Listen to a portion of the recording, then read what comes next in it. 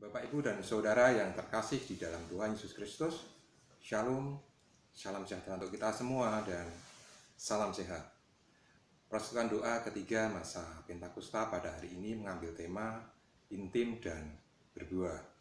Adapun firman Tuhan yang menjadi dasar dari renungan kali ini kita ambil dari Yohanes 15 ayat yang pertama sampai yang ke-8 yang tentunya sudah dibaca oleh masing-masing keluarga di rumah.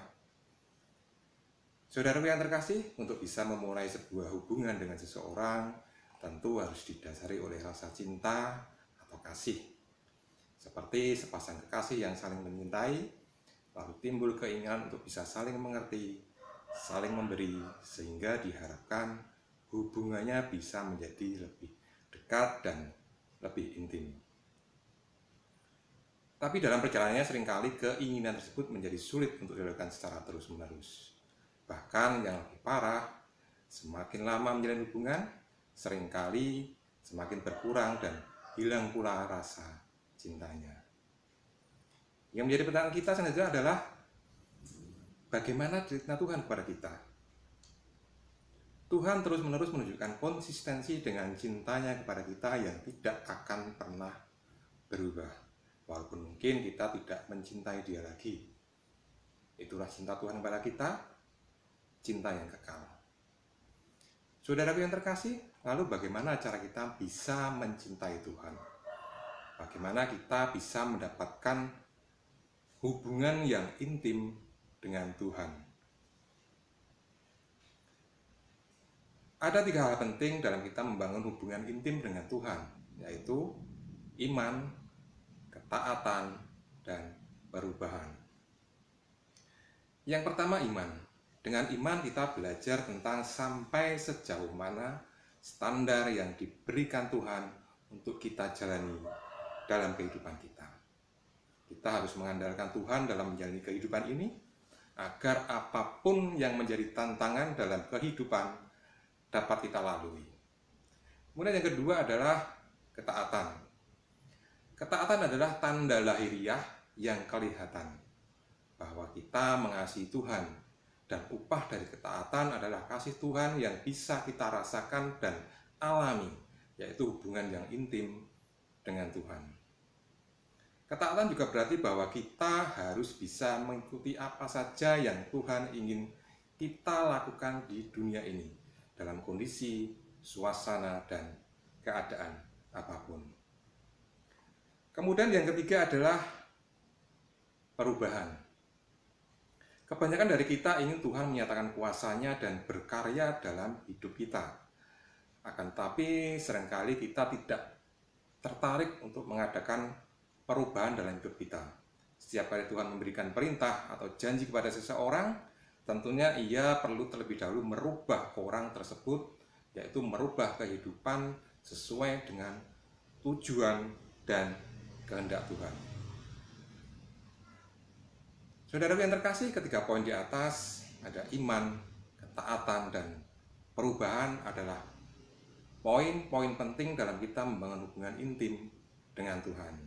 Di saat kita sudah bisa mempunyai hubungan yang intim dengan Tuhan, kita tentu akan merasakan berkat dan penyertaan yang begitu luar biasa.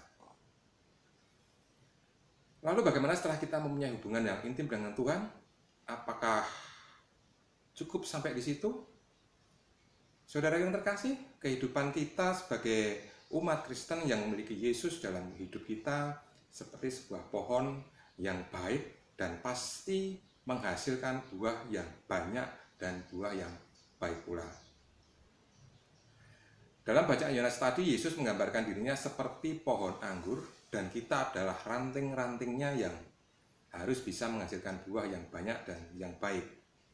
Karena mungkin kita akan kesulitan membayangkan sebuah pohon anggur yang memang jarang tumbuh di sekitar kita, jarang kita jumpai di sekitar kita.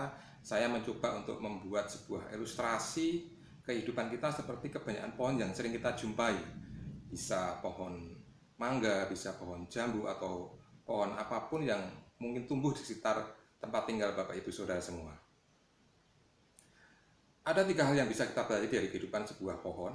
Yang pertama adalah pohon tidak makan dari buahnya sendiri. Buah adalah hasil dari pohon, tetapi apakah dia memakannya untuk hidup? Jawabannya tidak. Pohon memperoleh makan melalui akarnya. Semakin banyak akar, makin banyak pula makanan yang diserap, sehingga dia dapat bertahan hidup serta menghasilkan buah. Akar inilah yang menjadi gambaran tentang kedekatan hubungan kita dengan Allah sebagai sumber kehidupan yang mengajarkan kita untuk selalu bekerja keras, menghasilkan buah seperti yang kita dapat memberi lebih banyak kepada orang-orang yang membutuhkan. Jadi bukan untuk kita nikmati sendiri. Kemudian yang kedua adalah pohon tidak tersinggung ketika buahnya dipetik. Saudara yang terkasih, kadang kita protes kepada Tuhan, protes kepada kehidupan ini. Kenapa di saat kita yang bekerja keras untuk memenuhi kehidupan kita, tapi seringkali yang menikmati justru orang lain. Inilah prinsip hidup, prinsip memberi. Kita bekerja bukan untuk hidup, tetapi kita bekerja untuk menghasilkan buah.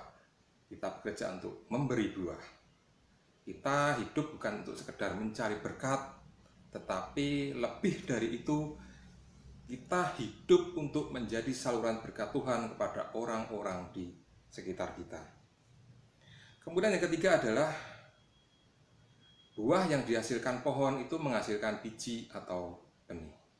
Tentunya ini bicara tentang bagaimana hidup kita bisa memberi dampak yang positif, pengaruh yang positif pada orang lain, dan menghasilkan kebenaran yang dapat dijadikan contoh bagi orang lain.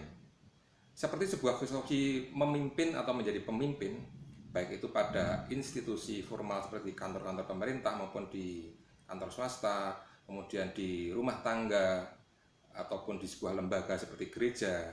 Tentunya itu bukan masalah posisi atau jabatan, tapi bagaimana kita bisa memberi pengaruh dan inspirasi kepada orang lain. Saudara yang terkasih, selanjutnya bagaimana kualitas buah kehidupan kita, buah pelayanan kita. Tuhan tentu kecewa kalau buah-buah yang kita hasilkan tidak bermanfaat sebagaimana mestinya, atau tidak bisa dirasakan oleh orang-orang di sekitar kita, tidak bisa dirasakan baik oleh orang-orang di sekitar kita. Jadi di saat kita mendapatkan hubungan ataupun relasi yang intim dengan Tuhan, dan kita pun sudah bisa menghasilkan buah yang baik karena kita tumbuh menjadi pohon yang sehat, yang senantiasa diberi oleh firman Tuhan, sudah saatnya kita membagi buah kehidupan kita untuk orang-orang di sekitar kita.